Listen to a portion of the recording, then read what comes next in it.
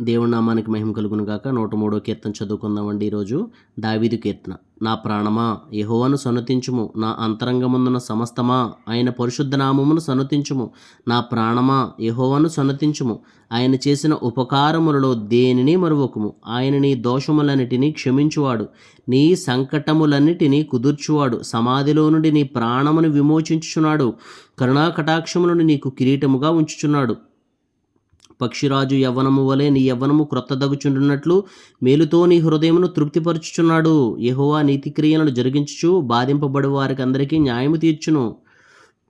ఆయన మోషేకు తన మార్గమును తెలియజేసును, ఇశ్రాయేలు వంశస్థులకు తన క్రియలను కనపరచును.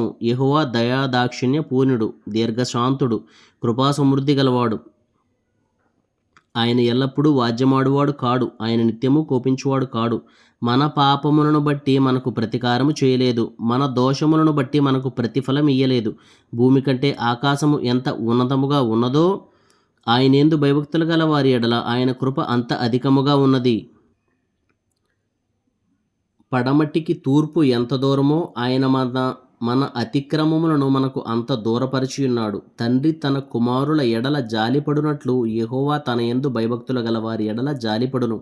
మనము నిర్మింపబడిన రీతి ఆయనకు తెలిసే ఉన్నది, మనము మంటివారమని ఆయన జ్ఞాపకం చేసుకొనుచున్నాడు. నరుని ఆయువు గడ్డివలేనున్నది, అడవి పువ్వు పూయినట్లు వాడు పూయును. దాని మీద గాలివెచ్చగా అది లేకపోవును, ఆ మీదట దాని చోటు దాన్ని ఎరుగదు. ఆయన నిబంధనను గైకొనుచు ఆయన కట్టడలను అనుసరించి నడుచుకుని వారి మీద, యెహోవాయందు భయభక్తులు గల వారి మీద ఆయన కృప యుగయుగములు నిలుచును. ఆయన నీతి వారికి పిల్ల తరమున నిలుచును. యెహోవా ఆకాశముందు తన సింహాసనమును స్థిరపరిచున్నాడు, ఆయన అన్నిటి మీద రాజ్య పరిపాలన చేయించున్నాడు. యెహోవా దూతలారా ఆయన ఆజ్ఞకు లోబడి ఆయన వాక్యం నెరవేర్చు బలశూరులారా ఆయనను సన్నుతించుడి. యెహోవా సైన్యములారా ఆయన చిత్తము నెరవేర్చు ఆయన పరిచారకులారా మీరందరూ ఆయనను సన్నుతించుడి.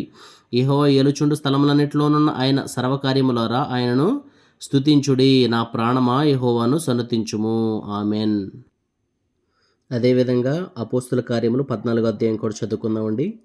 ఈ కొనియలో జరిగినదేమనగా, వారు కూడి యూదుల సమాజ మందిరములో ప్రవేశించి తేటగా బోధించినందున అనేకులు యూదులను గ్రీసు దేశస్థులను విశ్వసించిరి. అయితే అవిధేయులైన యూదులు అన్యజనులను పురికొలిపి వారి మనస్సులలో సహోదరుల మీద పగ పుట్టించిరి. కాబట్టి వారు ప్రభువును ఆనుకొని ధైర్యముగా మాటలాడుచు అక్కడ బహుకాలము గడిపిరి. ప్రభు వారి చేత సూచక క్రియలను అద్భుతములను చేయించి తన కృపావాక్యమునకు సాక్ష్యమిప్పించుచుండెను. ఆ పట్టణపు జన సమూహములు భేదములు పుట్టగా కొందరు యూదుల పక్షముగాను కొందరు అపోస్తుల పక్షముగాను ఉండిరి.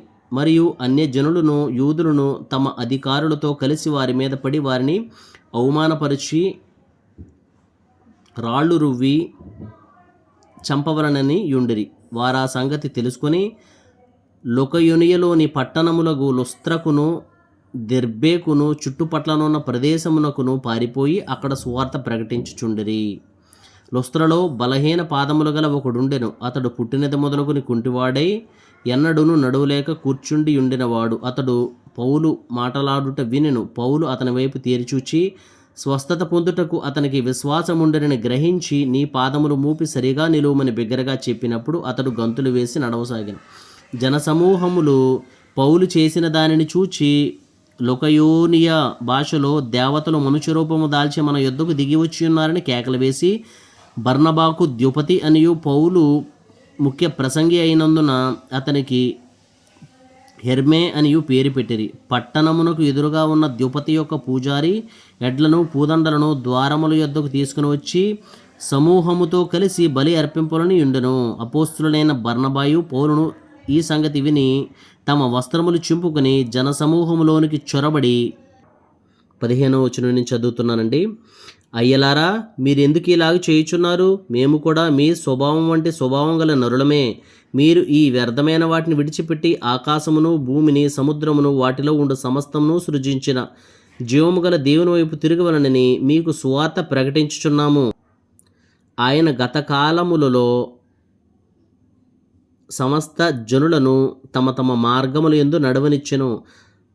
అయినను ఆయన ఆకాశము నుండి మీకు వర్షమును ఫలవంతములైన ఋతువులను దయచేయుచు ఆహారము అనుగ్రహించుచు ఉల్లాసముతో మీ హృదయములను నింపుచు మేలు చేయుట చేత తన్ను గూర్చి సాక్ష్యము లేకుండా చేయలేదని బిగ్గరగా చెప్పెను. వారిలాగ చెప్పి తమకు బలి అర్పింపకుండా సమూహములను ఆపుట బహు ప్రయాసమాయెను. అంతియొకయ నుండి ఈకొనియ నుండి యూదులు వచ్చి జనసమూహములను తమ పక్షముగా చేసుకుని పౌలు మీద రాళ్లు రువ్వి అతడు చనిపోయినని అనుకుని పట్టణం వెలుపలికి అతనిని ఈడ్చిరి. అయితే శిష్యులు అతని చుట్టూ నిలిచియుండగా అతడు లేచి పట్టణంలో ప్రవేశించి మరునాడు బర్నబాతో కూడా దెర్బేకు బయలుదేరిపోయెను. వారు ఆ పట్టణములో సువార్త ప్రకటించి అనేకులను శిష్యులుగా చేసిన తరువాత లుస్త్రకును ఈకొనియకును అంతియొకయుకును తిరిగి వచ్చి శిష్యుల మనస్సులను దృఢపరిచి విశ్వాసమందు నిలకడగా ఉండవలనని అనేక శ్రమలను అనుభవించి మనము దేవుని రాజ్యములో ప్రవేశింపవలనని వారిని హెచ్చరించిరి. మరియు ప్రతి సంఘములో వారికి పెద్దలను ఏర్పరిచి ఉపవాసముండి ప్రార్థన చేసి వారు నమ్మిన ప్రభువునకు వారిని అప్పగించిరి. తరువాత పిసిదియా దేశమంతటా సంచరించి పంఫూలియకు వచ్చిరి మరియు పెర్గేలో వాక్యం బోధించి అత్తాలియకు దిగి వెళ్ళిరి. అక్కడ నుండి ఓడ ఎక్కి తాము నెరవేర్చిన పని నిమిత్తము దేవుని కృపకు అప్పగింపబడిన వారే మొదట బయలుదేరిన అంతియొకయుకు తిరిగి వచ్చిరి. వారు వచ్చి సంఘమును సమకూర్చి దేవుడు తమకు తోడయుండి చేసిన కార్యములన్నీ అన్యజనులు విశ్వసించుటకు ఆయన ద్వారము తెరిచిన సంగతి వివరించిరి. పిమ్మట వారు శిష్యుల యొద్ద బహుకాలము గడిపిరి. ఆమెన్.